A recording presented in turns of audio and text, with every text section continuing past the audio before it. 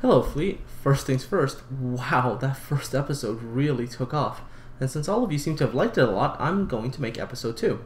So this episode's primary focus is to show you a little bit on how to play destroyers and cruisers, and just what kind of capabilities these ships have. I'll start with destroyers in World of Warships because it's an awesome little ship. Destroyers are lightly armored, they're fast, they come well equipped with torpedoes and smoke screens. Destroyers are probably most famous for their roles in the naval battles around Guadalcanal, as well as during the Leyte Gulf campaign, most notably Taffy 3. Going into slightly more detailed overview of destroyers, they're a tiny bit like light tanks in World of Tanks, in the sense that they're stealthy, fast, lightly armored, but unlike light tanks, destroyers can really mess up larger ships if the larger ships don't pay attention to them. So, in a sense, I tend to treat destroyers a little bit like awesome ninja assassins. Destroyers are also quite capable ships that they can accomplish quite a lot just simply being by themselves and doing what they need to do. However, one should try and avoid brawling with a destroyer. So, if you see those really large fleet actions, you might not want to just go jumping headfirst into that because you're most likely going to get sunk quite quickly. If you do try to play destroyers, make sure that you either lay some kind of an ambush or learn to quietly just stalk your target and then strike when the time is actually right. So, onto the actual battle. And just to warn some of you ahead of time, I wouldn't really consider this battle to be super epic when it comes to, pulling off crazy things. But, this is kind of a very good learning tool for understanding how destroyers work and how you would play a destroyer. Also, I want to give Russian Sniper 01 a big shout out for being my division mate in this particular battle. Alright, so at the start of the battle, I'm looking at the teams and I realize that in a head-on fight, our team is at a really big disadvantage. The enemy team, while having the same number of carriers, has double the amount of battleships. So if our battleships and their battleships came into a head-on fight, there's a pretty good chance our team would lose. So what I decide to do is I'm going to exploit the only advantage our team has, which is speed. And so right away I decide to rush up the 9 line and cap C, and hopefully before any of these ships can respond on the other team, we would have a cap advantage right away. So I'm going through C right about now, and at this stage, my biggest worry is that I might run into the enemy Phoenix, and that's because the enemy Phoenix is a really fast ship, and it can really mess up my day. But of course, I finish the cap and I look at the map, and of course the Phoenix is in the middle, so there's absolutely no worries for me, and that means right now I actually have a completely open flank, and there's nobody along this flank. And for destroyer, this is sort of happy times kind of thing, because when you are able to find this kind of open flank, you're able to get around the enemy forces and start hunting down the carriers, which are extremely vulnerable to destroyers at close range. So anyways, at this time you might have noticed something. I've turned off my AA. And you're probably wondering, well, why did you do that? Because, shouldn't you be protecting yourself from potentially planes coming towards you? And I have to tell you this, a destroyer's greatest protection is not its anti-aircraft fire, and it's not really its weapons, it's its stealth. So one of the big problems with anti-aircraft fire on destroyers is if you have it on, and a plane flies somewhat close to you to be engaged by your, I guess, the larger caliber anti-aircraft guns, you would start firing automatically, and immediately you would pop up on the map. And as soon as you do that, you're destroying the greatest weapon you have, which is stealth. So what I typically do with destroyers, and because mind you, destroyer anti-aircraft fire, while it looks really cool because you go pew pew pew pew pew pew pew pew pew at little airplanes that fly above your head, it really doesn't do that much in terms of actually shooting down a lot of planes. It might shoot down 1 or 2 here and there, but otherwise it's not really the most effective thing. Anyways, I'm going to spend the next few moments sort of stalking the carrier that I've been able to spot so far and try to get into the optimal zone. This is a zone where it's within the range of my torpedoes, but still outside of the range at which I will be spotted.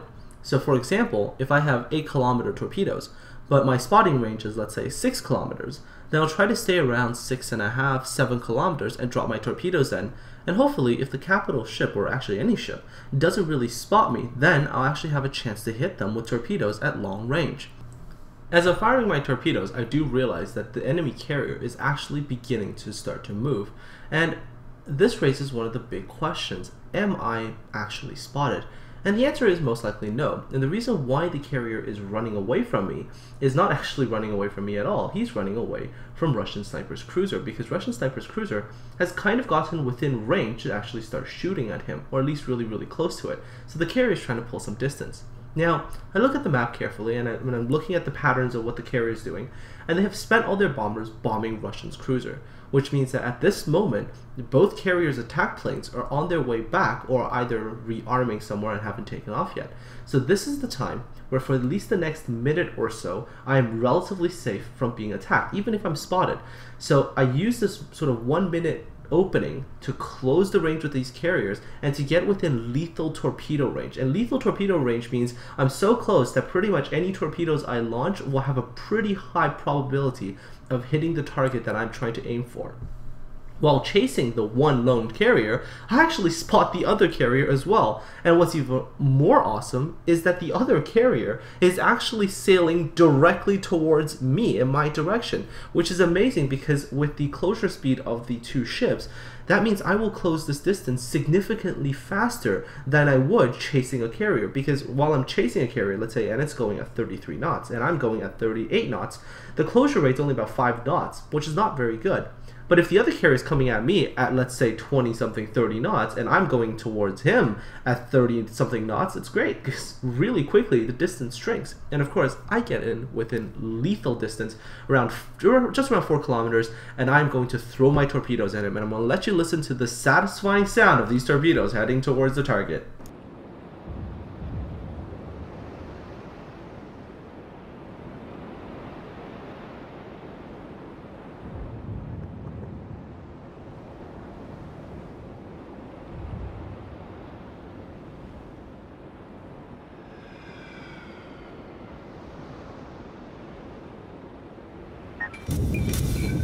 Confirmed penetration.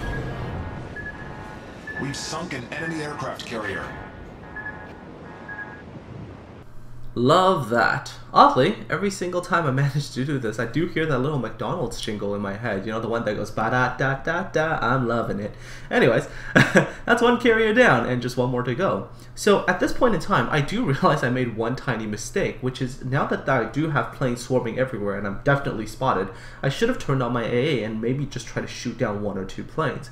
But I was just super excited to just hunt down the last carrier and hopefully win my team the battle that I didn't really think about this at the time. However, at the time, I'm in a really, really poor position to launch torpedoes because I'm really at the stern of the carrier. But incredibly, the carrier decides to turn towards me and give me his side.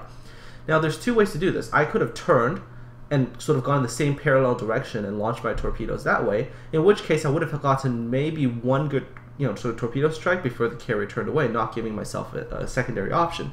So I get a few shots off with my guns, and then what I do is instead of going the same direction as the carrier, I turn around and I throw the torpedoes off the left of my ship, and hopefully I'm predicting that when the carrier sees these torpedoes coming, its reaction would be to turn to its right, and by turning to its right gives me a chance to sort of hook back to my left and drop another load of torpedoes. And in theory, this should give me sort of 2 strikes on the same carrier with a wave of torpedoes, with 2 waves of torpedoes, and get myself the kill.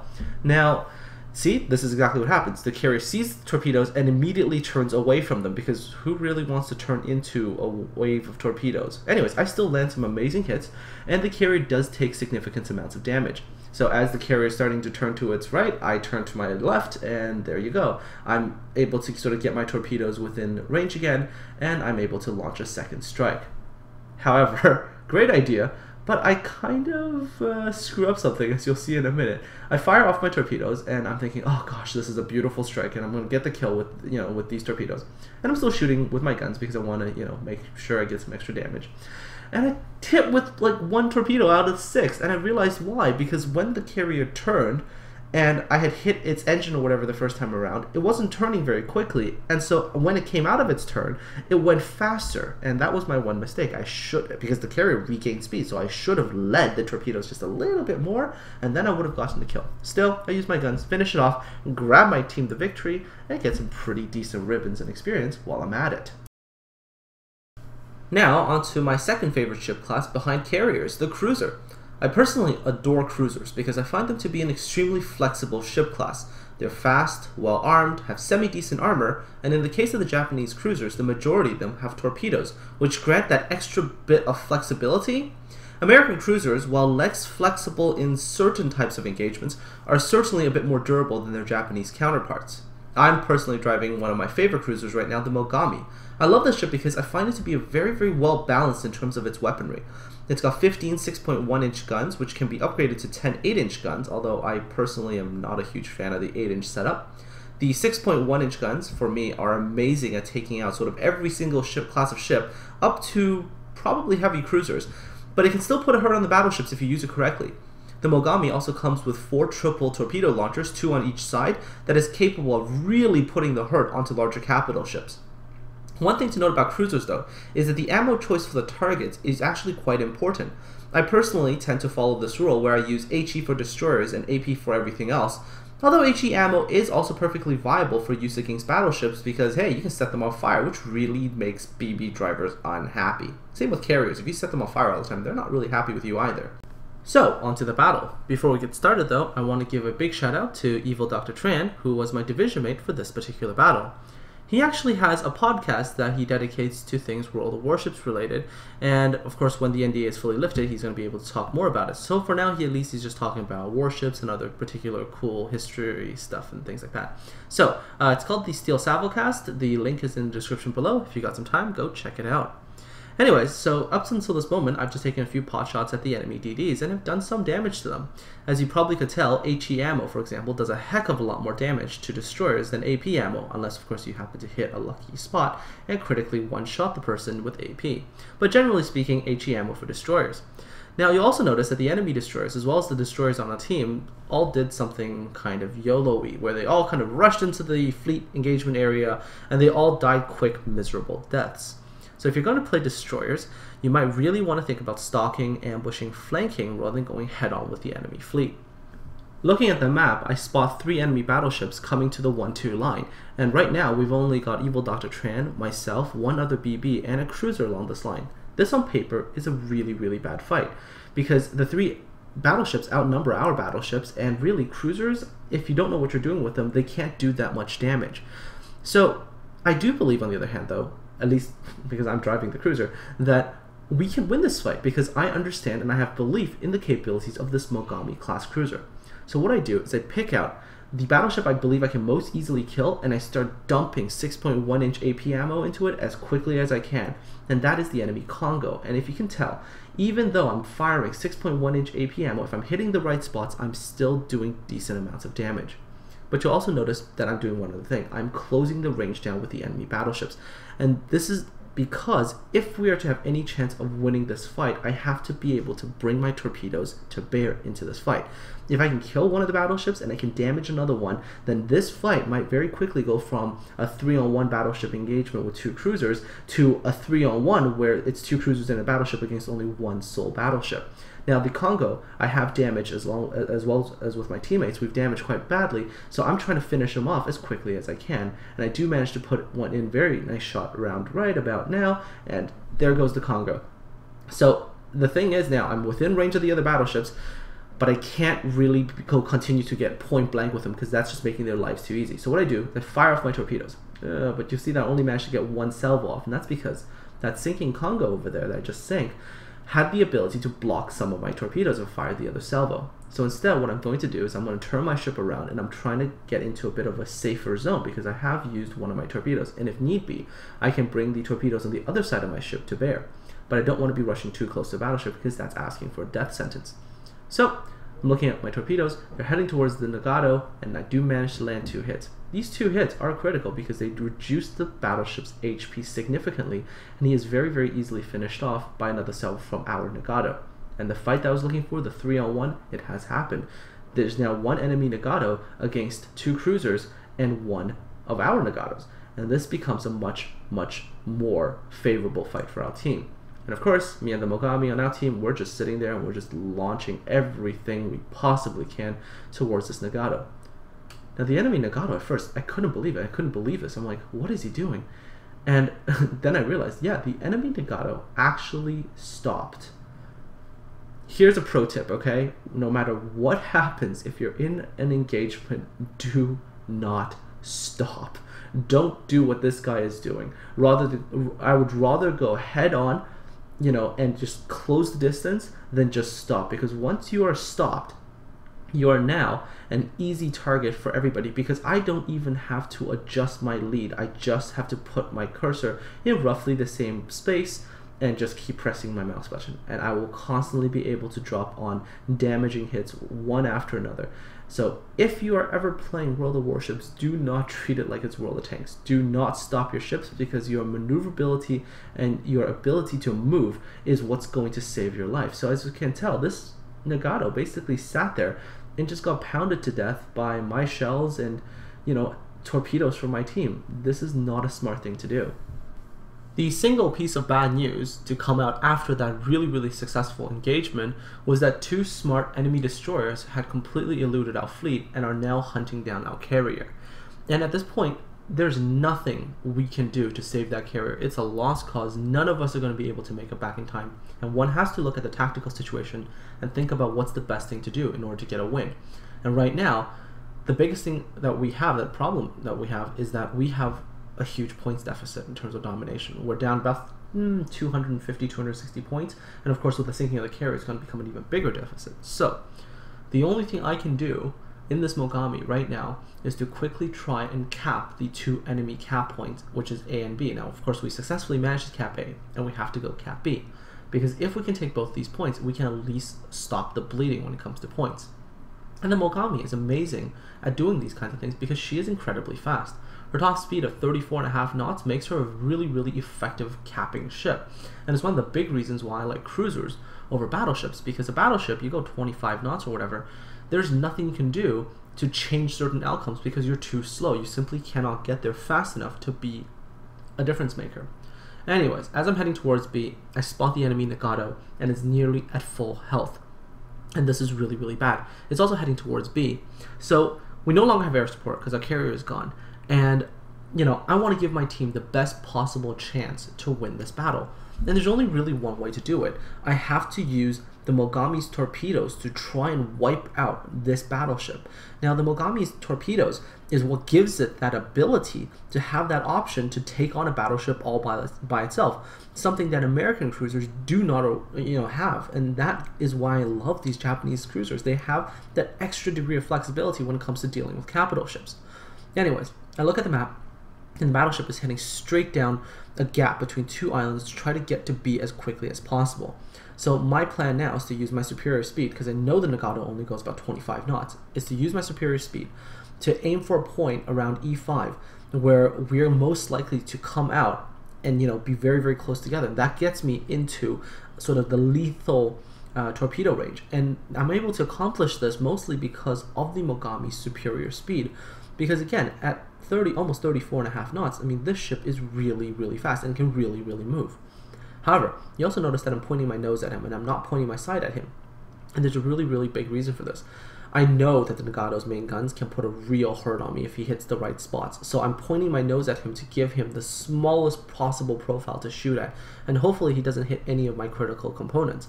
Then of course, by using the speed and using sort of my nose at him, at the very last second, when I get within sort of lethal torpedo range, I turn my ship around and I try to unload my torpedoes onto him. I managed to fire off only 3 torpedoes because he actually managed, with his secondary guns, by pure luck alone I guess, he managed to knock out my other torpedo launcher. And this is where things get a little bit dicey.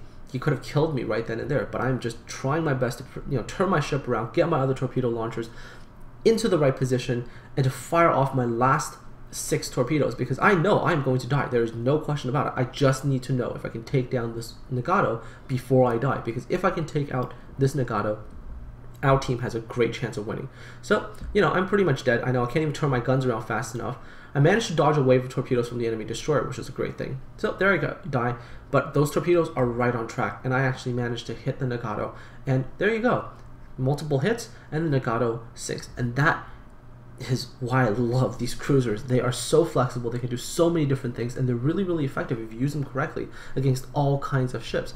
And think about it this way, I exchanged a lowly cruiser for a battleship. Even the points trade-off is massive. Not only that, but I've completely opened up B for my team to cap, and this leads us eventually to victory.